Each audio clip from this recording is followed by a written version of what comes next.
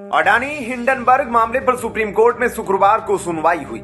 सुनवाई के दौरान सुप्रीम कोर्ट ने कहा कि हिंडनबर्ग रिपोर्ट में अडानी समूह के खिलाफ लगे आरोपों की जांच करने वाले बाजार नियामक सेबी पर संदेह करने की कोई वजह नहीं है।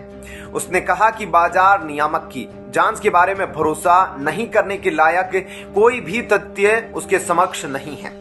इसके साथ ही शीर्ष अदालत ने कहा कि वह हिंडनबर्ग रिपोर्ट में किए गए दावों को पूरी तरह तथ्यों पर आधारित नहीं मानकर चल रहा है। पीठ ने कहा कि उसके समक्ष कोई तथ्य न होने पर अपने स्तर पर विशेष जांच दल एसआईटी का गठन करना उचित नहीं होगा।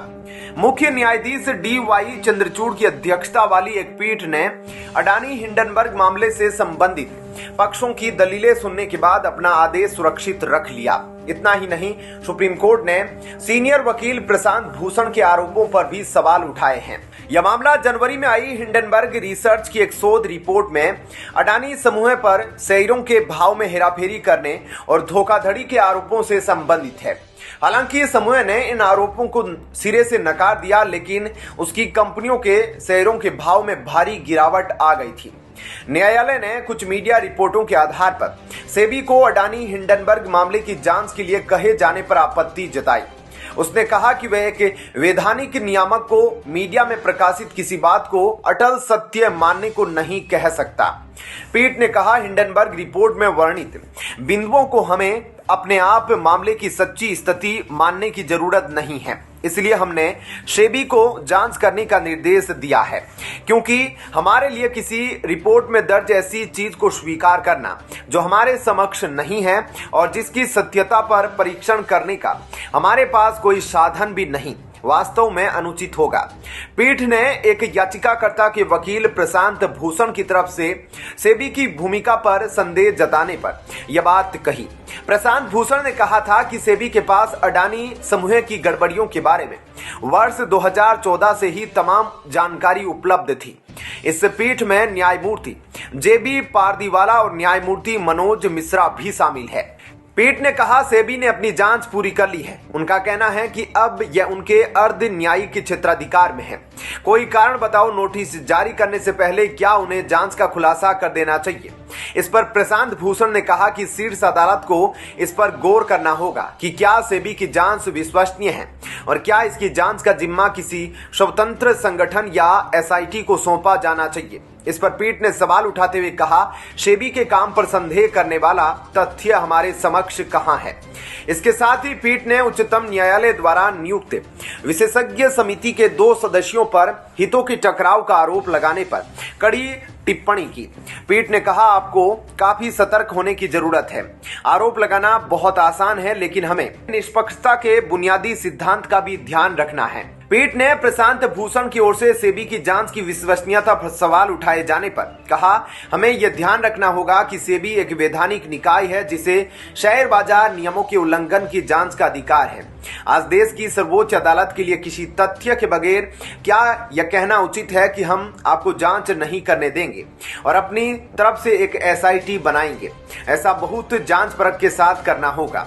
वरिष्ठ अधिवक्ता भूषण ने अडानी समूह के खिलाफ प्रकाशित मीडिया रिपोर्ट का ध्यान नहीं रखे जाने की बात कही। इस पर पीठ ने कहा कि सेबी मीडिया में प्रकाशित सामग्री को अटल सत्य मानकर नहीं चल सकता है, क्योंकि वह साक्ष्यों की बाध्यता से संचालित है।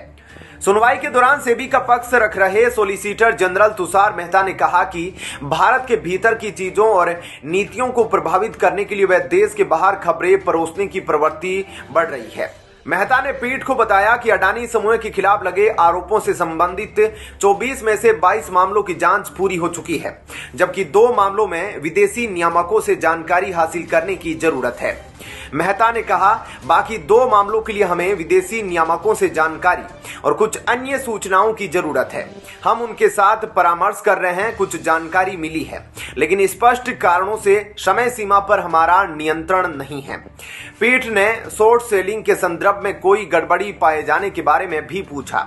इस पर मेहता ने कहा, जहां भी सेबी को शॉर्ट सेलिंग का पता चला है वहां पर सेबी अधिनियम के अनुसार कार्रवाई की जा रही है।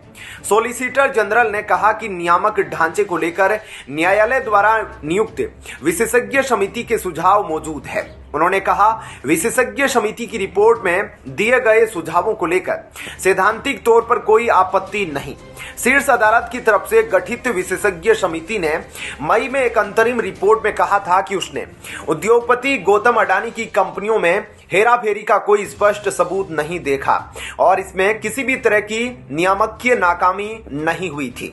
हालांकि समिति ने 2014 और 2019 के बीच सेबी द्वारा किए गए कई संशोधनों से जांच करने की उसकी क्षमता बाधित होने का उल्लेख करते हुए कहा था कि विदेशी कंपनियों से आने वाले निवेश में कथित उल्लंघनों की जांच में कुछ नहीं मिला है। इसके साथ ही उच्चतम न्यायालय ने मेहता से यह जानना चाहा कि भविष्य में भारी उतार चढ़ाव से निवेशकों की पूंजी की सुरक्षित रखने के लिए सेबी किस तरह से कदम उठाने की मंशा रखता है।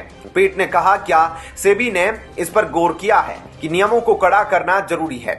निवेशकों की सुरक्षा सुनिश्चित करने के मामले में सेबी क्या करने का इरादा रखता है। इस पर मेहता ने सकारात्मक राय जरूर दी है। ऐसे में क्या कहना है आपका इस खबर पर। जय हिंद, जय भारत।